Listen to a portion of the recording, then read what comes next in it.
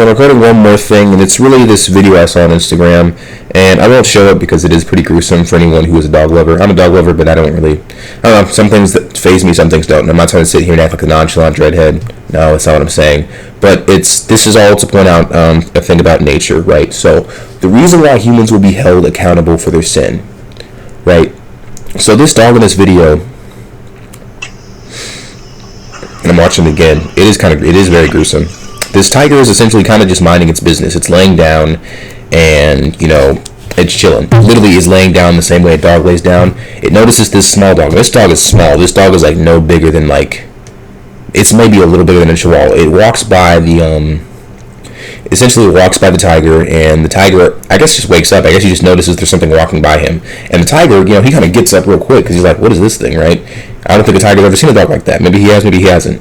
It's kind of interesting to think about because you got to think about it. Apparently, based on what someone said in the comments, they let out dogs in the wild that will eat. They let out dogs in the wild so the tigers can eat them. So maybe the tiger's used to seeing a dog and just understands it as prey. But anyway, the tiger gets up and it obviously notices the dog is much smaller than it is. So the first thing the dog does as an instinct is to bark at it. Even though the dog is completely outmatched, this dog has to know that he cannot win this fight. The first thing the dog does is back up on his paws, almost like a cat does whenever it's scared. He starts barking. The tiger instantly swats him and bites his neck and crushes his windpipe throat. It either crushes his windpipe or throat, or it either tears his neck off off the hinges. So whatever it did, it killed him very swiftly.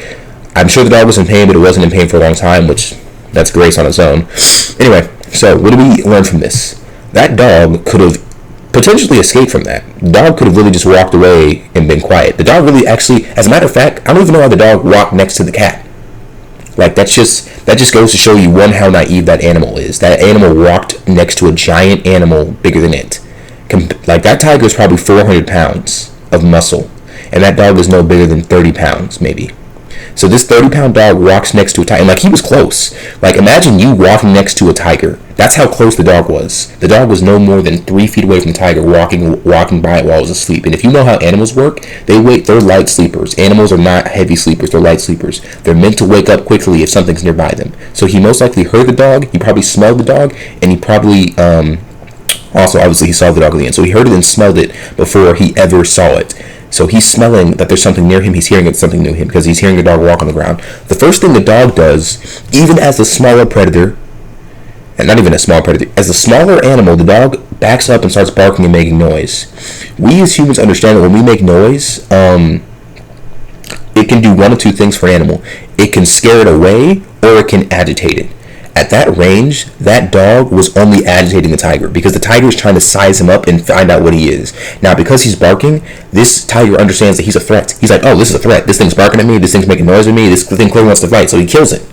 Right? Now, I don't think he expected to kill it so fast, but he did. He killed it, and he walked away with it. He didn't eat it in broad daylight. They didn't record that, obviously, but he walked off with it by the neck, holding it by the neck, because it already killed it. So, what did we analyze here? 2 things. First, the tiger's instincts were just as simple as the dog instincts. The tiger sized up whatever was in front of it. It did it pretty quickly because the dog gave away its intentions very quickly. The dog didn't plan on running away. The dog wanted to stand its ground and show that it was dominant, which was wrong because it wasn't. It just wasn't, right? So what does this mean? If a human were in that situation, the human would have never even gotten that close to a tiger. So the human already is able to ignore its instincts of being naive and just wandering around. Because animals tend to do this thing where they wander around and they wander into other animals' territory. A human would never do that. A human would have put up a sign that says tigers nearby, and if a human would have went where that sign says not to go, it would have been their fault, right? That would be their responsibility. They would be held accountable for that decision of walking into a forest or a jungle where there are tigers, right? The dog is naive. He doesn't really think. He's not thinking ahead of the fact that there's a giant cat next to him that could eat him. He wasn't. That probably was the last thing on his mind. But as soon as that cat got up, it popped into his head that he was in danger. He saw the cat. It was very clear he saw it. He walked by it and looked at it. But he only paid attention to it once it looked like it became a threat. So you can understand, I'm yapping a lot about this, but it's because I want you to understand that animals just don't process information the same way humans do. We can process information on such a higher level. We're not monkeys. We're never monkeys. I always hate the idea of people saying that we evolved from something. We didn't evolve from anything. So I'm trying to say that. Whenever people present the idea of evolution stuff, or how things came into existence, they always present an intelligent source or being. They always use monkeys, because monkeys have some sort of intelligence, but it's nowhere compared to the level of cognizance of a human. It's not. We're just higher than them. I used to hear in 3rd grade and 4th grade that dolphins were smarter than us. Okay, then why aren't dolphins taming humans? Why aren't monkeys taming people? Why aren't monkeys drawing? Why aren't monkeys becoming more sophisticated? One thing I never understood is that people would say that monkeys are what we evolved from. If you put something in an unsurvivable climate, and if you take, let's say this candy wrapper, or this candy top wrapper, right? Let's say this is a tribe of 10 monkeys. If you put a tribe of 10 monkeys in a volcanic area where there is constant heat and barely any water, none of them are ever going to adapt to survive. I don't care if you multiply these 10 monkeys by 1,000,000 monkeys. They will never learn to survive in that area. They will always die out and just die. That's how things work. They will die unless they move from that area and somewhere else. They're not going to evolve to just be human and walk on 2 legs. One of the things I never understood is that humans, it doesn't make sense why we appeared. Why did monkeys need to become humans? Why did we need to communicate with speech? That's not necessary. Monkeys are fine the way they are. They just need to be in a climate that they can survive in. That's about it. That's how every animal is. They're fine the way they are. They just need to be in a climate they can survive in. If they don't, and if the climate changes at all, they die. That's just how it is. Animals don't tend to evolve and grow wings and fly away to a different climate. Like, that's just such a fantasy to believe in, all because you want to avoid the idea of a God existing. And it doesn't make sense. It just makes so much more sense to sit there and say that a God existed. If you don't want to believe in God, that's different. But I'll just sit here and say he doesn't exist, all because you want to believe in a fairy tale about animals super adapting and using mutations. A mutation is a defect, not a superpower. The X-Men would all be, The X-Men would all have Down syndrome. That's what the real X-Men would have. No one's mutant ability no one's mutation would allow them to have X-ray vision. Their mutation would be that they don't have an arm, or that they have a third arm that is disformed and disfigured and can't be used, and is utterly a disadvantage to the body because it would be taking more blood. Imagine having a third arm under your armpit. That's not a superpower. That's a defect. That's a mutation. The real X-Men, a joke my father used to always make because he loved the X-Men comics, would have Down syndrome and a bunch of other things. And he joked about it not in the sense that he thought it would be funny they had that, but that's not. He joked about it in the sense that he's a doctor, he's a PA, and he understands how mutations work. People just believe in anything but God, and it's crazy. It's just so crazy. Like, just admit there's a God. If you don't want to believe in him, you can do that, but just stop trying to play around and act like there's something else that created us. It could only be a God. It could only be. It's cool if you don't want to believe that he's a just God. Okay, that's cool, but yet again, it could only be a God. Oh, well, if there is a God, okay, well, we can get into that later, but just sit down and admit there's a God. It's not evolution. Anyway, getting back to the main point of nature, the reason why we as humans are going to be held accountable for ourselves when it comes to Judgment Day is because we had every choice to believe there was a God. We had every choice to trust in God. We had every choice to go explore and find out if there was a God. Think about this. You as a human being have the chance to find out who your creator is. You have the chance to find out who he is, and then on top of that, you have the chance to have a relationship with him. And you chose your whole 60, 50 years, 80 years to go play Roblox, or to go play Minecraft, or to go study quantum physics, in which you'll die in the next 20 years anyway, so everything you discovered and figured out won't matter because someone else will do it for you and they'll get the credit for it. Or you want to become a billionaire, but guess what? You die and your kids get it and your kids waste it, or you don't become a billionaire and you work all your life for nothing. Like, you have the chance to have a relationship with the creator of the universe, and you choose to disbelieve in his existence all because you don't want to be held accountable for your choices, which you're going to be held accountable anyway for. Like, you denying that God doesn't exist, you denying that God exists isn't going to save you from anything. That's just you being foolish. Like, truly. Everything in this world that has a sequence of steps or whatnot is a creation. And a creation has a creator. That's just how it is. Right? It's just so sad to see that we as humans will do all this work just to try to act like there isn't a God. It really is sad. Especially when everything points to that. Because everything that's been created has a creator. If you look at how everything works, there's a nature to it. But humans have a different nature than any other animal on this planet. We can say no. A dog can't say, no, I won't bark. You have to train a dog to do that. You have to train a dog. You will never see a dog sit there and be like, oh crap, shoot, oh my gosh, Jake, I almost barked again. You almost barked again? Why'd you almost bark? Well, because I saw this person walking by the fence and I was barking at him. You know, I had to remind myself to stop barking. That's never going to happen. You're never going to see an animal do that. You never will. You'll see a human do that. You'll be like, Jace, oh my gosh, I had to remind myself. I almost screamed at this person because they hit me with their car because they weren't paying attention. But you know what? I gotta think about it, Jace. There have been times where I've almost hit somebody or caused an accident, so I gotta have grace. I gotta be thankful I didn't hit somebody, because that could have been me. I gotta be forgiving of them and understand they made a mistake. Now, would they have hit me? That would have been different, but I gotta be forgiving because they didn't hit me, and that's something humans can do. Humans also show compassion. Animals don't show compassion the same way humans do. If anything, it's a terrible mimicry. Because at the same time, the animals, for every bit of compassion animals show, they show just as much what we call cruelty. I don't consider it compassion or cruelty. I consider it their nature. They just do what they've been programmed to do. We might see it as nurturing, or, oh, look at this. These animals have this super kumbaya relationship with each other because they benefit from each other. That's how they were designed to work. That's how God designed them to do it. That's how God designed them to interact with each other. It's not them sitting there showing love. Like, animals don't love the same way humans love. We have a love.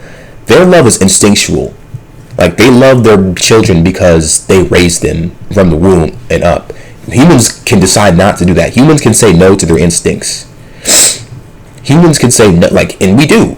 Women want to abort their children because of whatever reason, right? Maybe it's the reason of, I don't want this baby because this happened to me, this I got that baby, or I want this baby because I'm ready for it, or I don't want this baby because of this reason, right? And of course the tragic event of where something happened to them, and obviously they have a baby now because something happened to them, right? Which I can sympathize for, but I still don't think that baby should die, because that's a whole life ahead of you. That's a whole life. That baby could do something great in the future. They really could. Doesn't matter who the father is.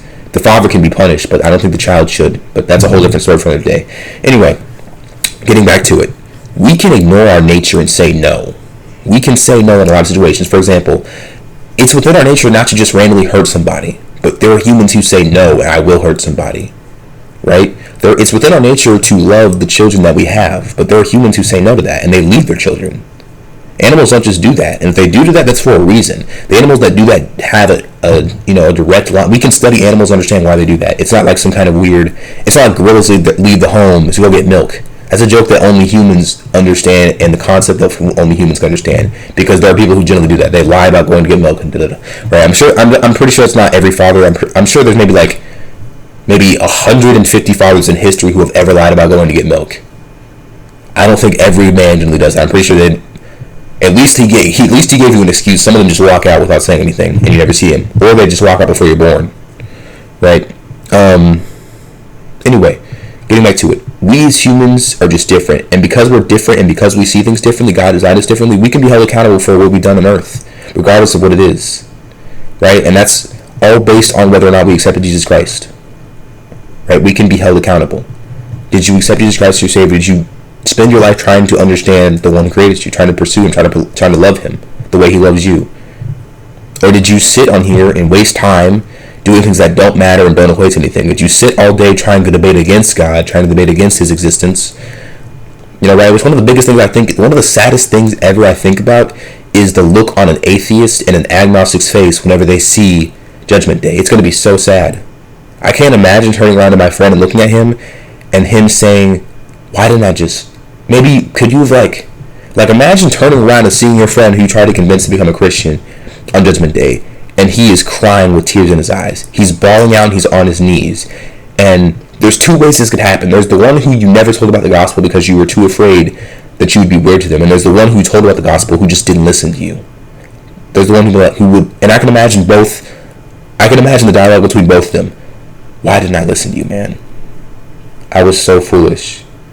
Is there anything I can do to you? No. You made your choice, man. I'm sorry. And the second one, why didn't you tell me? Why didn't you try to save me? Why did you try to keep your... Why did you worry about your pride over my life? Right? Which is one of the things I think about. That's the craziest thing. We worry about our pride over the ability to save someone's life. We all talk about how a lot of people, a lot of us as kids wanted to be heroes, right? Which isn't to say that when you preach the gospel to someone, you're a hero. God's the true hero. Whether they give their life to God or not, whether the gospel reaches them is up to God. It's not up to us, because there are going to be times you share the gospel perfectly and no one will listen, but there will also be times where you share the gospel perfectly and someone does listen, but it's only by the grace of God they do listen. And from there, it's their choice to do what they want to do with that information. It's their responsibility to apply that in some way. But yet again, this is just another mini rant. This is part of me trying to be more consistent with making content, but also just me trying to help people and explain things better. So yeah, that's that. I pray for everybody. I really do. Even people who don't like me, even people who hate me, I really do, because I sympathize for them in a way, thinking about the fact that a lot of them won't make it to eternal paradise because they wanted to do their own thing, and I completely understand why they did. I was in that same situation. I'm still struggling with that now, trying to not do what I want to do, but do what I'm supposed to do what I was called to do. So yeah, that's it. Praying for everybody out there. People's names I can't even remember. People's faces. I never forget a face, so I pray for every face I can never remember. I do, because I got a lot stored in my memory, and yeah.